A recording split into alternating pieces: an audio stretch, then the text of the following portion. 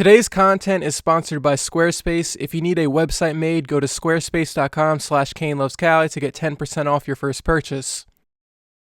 Welcome back, you guys, and the Markelle Fultz era in Philadelphia hasn't even lasted 2 years, and people are already calling for it to be over.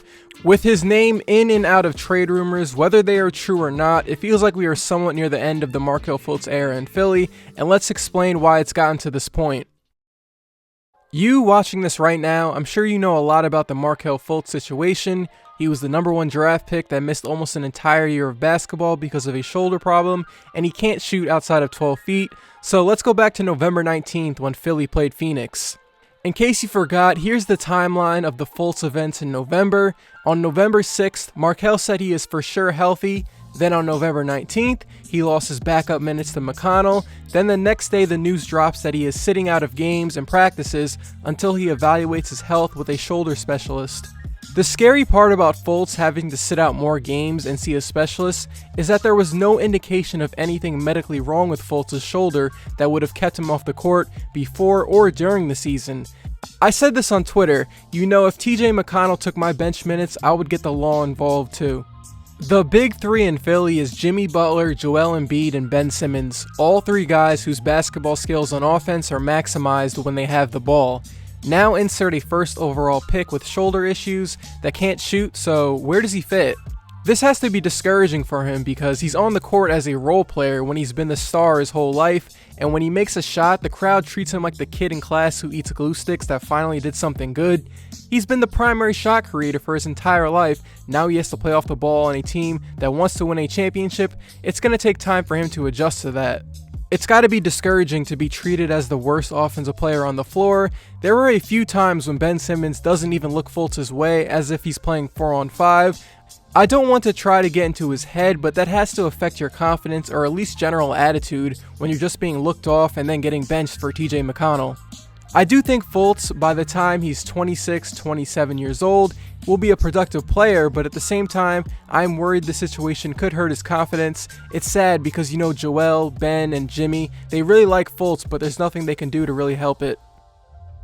The tough thing about this whole situation is there are parts of the Fultz story that have been positive, and it looked like he could grow into a productive player.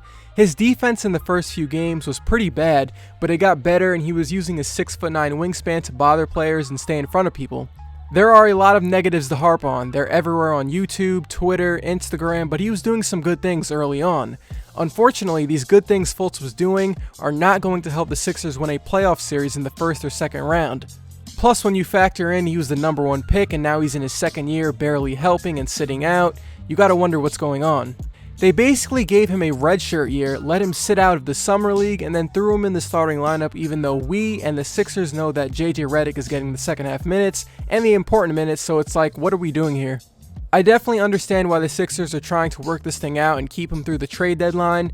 Fultz's trade value is lower than ever, he's still on his rookie contract, and let's not forget, they traded up to get him to complete the process.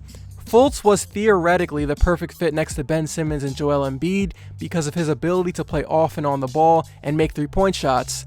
This was the big three that Philly was going to run with going into the next decade. So moving back to the shoulder specialist news, once Fultz feels healthy again, he is going to get his bench role back, but I feel like we know how this story is going to go. Fultz will do some good things, but his individual skill won't elevate their team offense and team defense. His value is only going to decrease.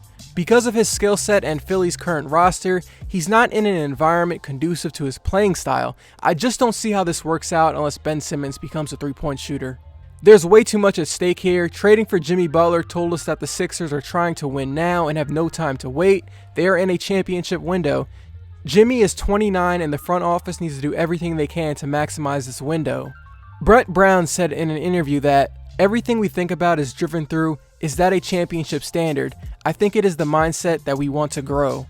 Has Fultz improved this year? Yes, but are his improvements a championship standard? No. Do I think Fultz can grow into that? Sure, maybe. I'm rooting for him to do well, but does he fit the timeline after the Jimmy Butler trade? No, and that's why I think that Philly is waiting for that trade offer that they think is helpful and will give them the depth that they need. Trading Fultz would basically admit that their 2017 draft trade was a failure, but at the same time, they are delaying the inevitable. I could be wrong, but I'd be shocked if he is on the team by the 2020 trade deadline. Philly is running out of valuable assets. They used some to move up and get Fultz, and they just traded away Sarge and Covington. Fultz is one of their last quote-unquote valuable assets left, and if they do trade him, it's got to be the correct trade where it helps Philly compete now. If Philly goes into the summer of 2019 losing Jimmy Butler, you have to be seriously concerned about the future of this team as a championship contender. I've mentioned it before, but that 15-game winning streak going into the playoff series against the Heat was sort of a blessing and a curse. If the Sixers went into the playoffs as like the 7th seed, I do wonder if expectations would be different and there'd be less pressure to speed up the timeline. There would be pressure, of course, because Fultz is a number 1 pick and they traded up to get him, but the Sixers not being in a championship timeline would have given him some leeway. But that's not the reality we live in. The Sixers did go on that streak, they did go on to beat the Heat in the playoffs, and now they have Jimmy Butler. Fultz is currently in a situation where he's expected to run, but he's still learning how to walk and balance himself. If I was Philly, I would look to move on from Fultz before the deadline, because even though Jimmy has helped, the Sixers still have some depth issues. They need another wing or a guard that can shoot. They also need somebody at the power forward spot. Maybe they shouldn't have traded away Markelle Bridges to Phoenix. That would have been smart. So thank you to Squarespace for sponsoring today's content.